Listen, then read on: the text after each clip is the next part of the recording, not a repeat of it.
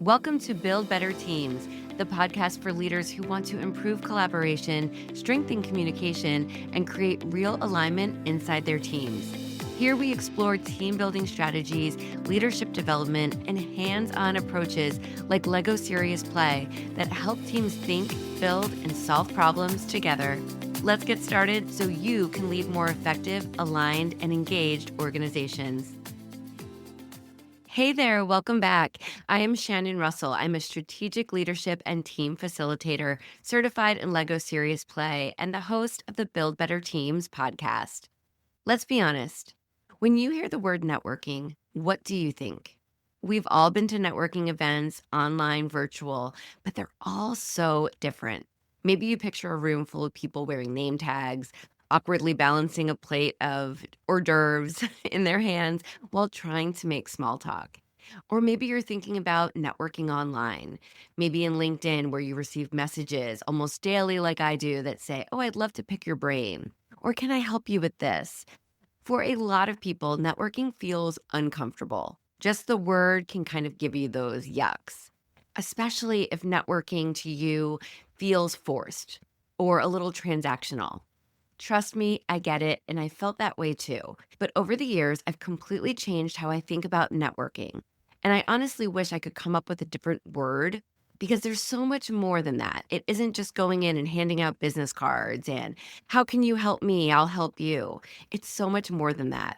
I don't see meeting other people to connect and possibly advance my business or help you advance yours as trading those business cards or trying to sell myself. I truly see it as building relationships, making connections, finding new friends, whatever it might be. And as a leader, those relationships can make you better at what you do. If you can go out and build relationship, create new partners, find new people to add to your quote unquote network. So today, we're going to talk about why networking gets such a bad rap and why every leader should make it a priority no matter what you call it. I think that networking has an image problem because it's associated with getting something, getting that job, getting that new client, getting that new partner, getting a promotion, getting a referral. Take, take, take. But when that's the only goal, people you meet during these events can sense it. Then nobody feels like they're actually enjoying being there. This is why so many people hate networking. But that's not what networking should be. Real networking isn't about taking what you can or hoping to advance in some way and getting from someone else.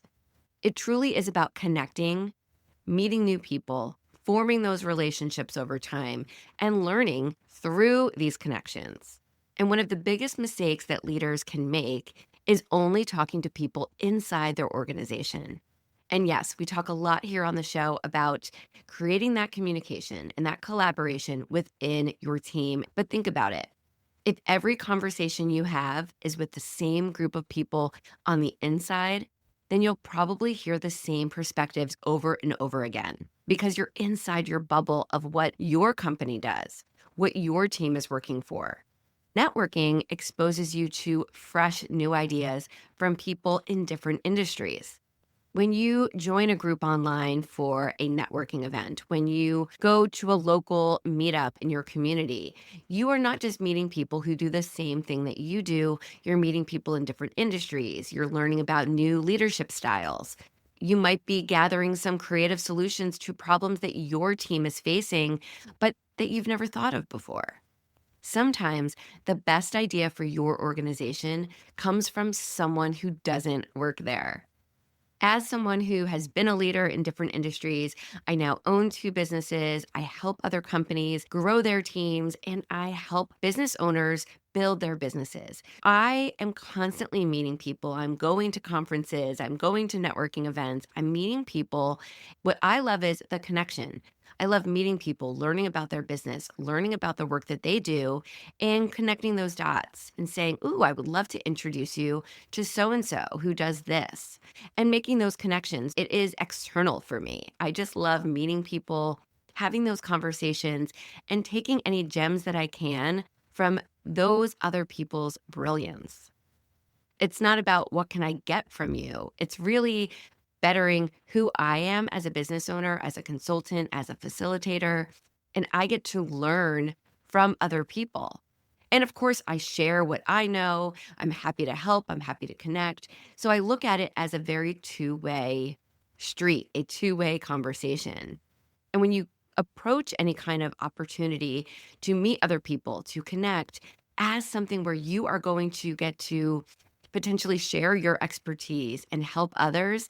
And you know what? Yeah, chances are you will be learning from them and taking from them as well, but not in that gimme, gimme, gimme kind of idea of what we have grown to think of networking events as. The worst is when you go to a quote unquote networking event and you leave and you go, why did I waste my time? I met no one that I really connected to. I didn't feel like anyone cared to get to know me, and I didn't learn anything. And I have been there more times than I can count, and those are not beneficial groups that you'll want to go back to. Personally, what I love to do is when I'm at any event like that is have real conversations that go beyond the title, the work, the company, and get to know people and then follow them on Instagram or LinkedIn or their preferred social media so that you can interact and connect with them after the get together. You never know how you can connect someone or how they can connect you. And maybe as an adult, you'll end up making a friendship out of this or a working relationship where it goes beyond that 60-minute or 2-hour event. And as someone who facilitates workshops and coaches business owners, I host a couple of podcasts and I speak at events a lot. I have learned that some of the best ideas didn't come from sitting alone at my desk. It came from these conversations with people who I met, or a casual chat over a coffee, or definitely through my podcast interviews. I have come up with so many ideas and creative opportunities and collaborations and really met some incredible people who are still in my life to this day where we help each other with our businesses. I love meeting people and gaining ideas from conferences or LinkedIn connections that are truly genuine. Having conversations with people outside of my industry gives me different perspectives that I can take back into my businesses and the advice I give to my clients. Every person has a different experience, a different perspective, and different ways of solving problems. And when you're open to learning from others, that is when you're curious enough to listen and you end up becoming a better leader because of it. Networking truly helps you solve those problems faster. I really believe it. And here's something that leaders often forget when it comes to problem solving is that you don't have to figure everything out on your own. Chances are someone in your network has faced a similar challenge, or someone amongst your connections on LinkedIn knows someone who can help you. Maybe that person has navigated rapid growth in their business, or maybe they've dealt with a difficult employee situation. Or maybe that person has an idea for a successful strategic retreat for your team. And it's once you have that conversation that you get that idea and you say, wow, I'm going to take that back to my employees and we're going to see what we can do with it. When you build these relationships that go beyond that chit chat, you can have these people that you can call when you need to, when you have questions, when you need advice, when you have a connection to share. And not because they are obligated to help you, but because it's that two-way street. And it's because you've invested in a relationship long before you needed anything. When you meet people and you form these relationships, your team benefits too, because it's not just about helping you as the leader, it's about helping your team.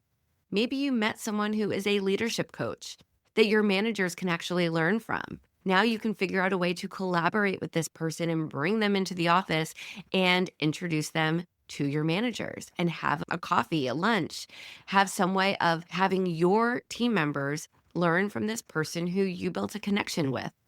Or maybe you're confiding in someone that you're having an issue with an employee, or your team just isn't engaging the way you want them to. And that person has an idea for a workshop or a facilitator who can come in. Well, now you have an idea that can really help you move your work forward. Even just connecting online and whatever social media platform you use, you can learn about book recommendations, speakers that might be a great fit for your team, or someone that you want to Google and just watch their TED Talk. Whatever it is, you can learn when your eyes are open and when you're open for those connections. Because every new connection has the potential to create new opportunities for your team and your employees. That is leadership. Always looking for that next opportunity, gathering what you can and bringing that back home to your team. I want you to start thinking with curiosity. And if the idea of networking makes you uncomfortable, here's one simple shift that can help. Stop trying to impress people. I learned this a long time ago that if I'm going to put myself out there, get out of the house at 6, 7 p.m. at night when I want to be home, having dinner with my family, but I'm choosing to go to this event, I am going to go as my true self because that is my time and I want to make the most of it.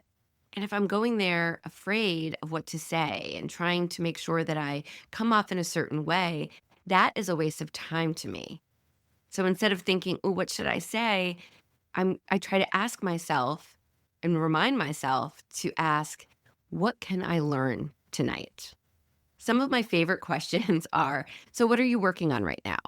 Not necessarily what do you do, but what are you working on? What are you busy with right now? Or what's your biggest leadership lesson this year?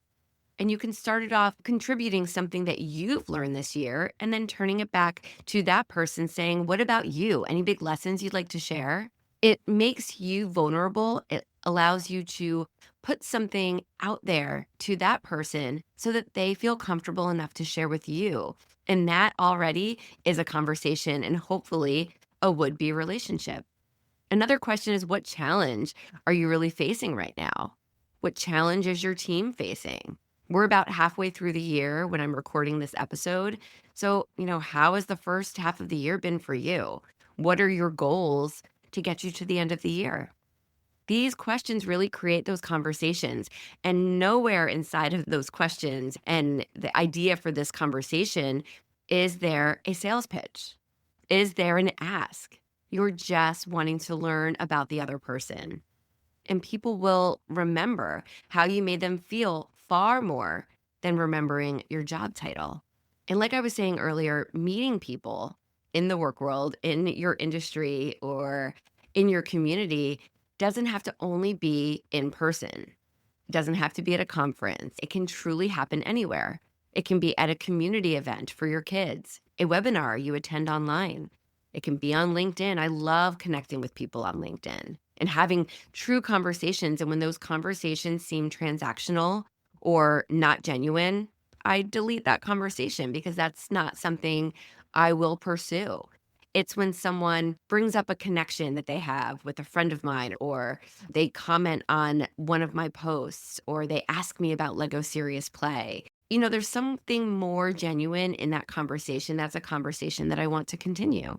You can also meet people guesting on podcasts. Or if you are a podcast host, you can continue that conversation after you record the interview. You can volunteer in your community and meet people. You never know where those honest, genuine relationships will lead. Some of the strongest professional relationships that I have began in really unexpected places. And it takes effort to continue those relationships, but that's what makes them real. The key is be open to the conversation. And one piece of advice I want to share is don't wait until you need help to build that network.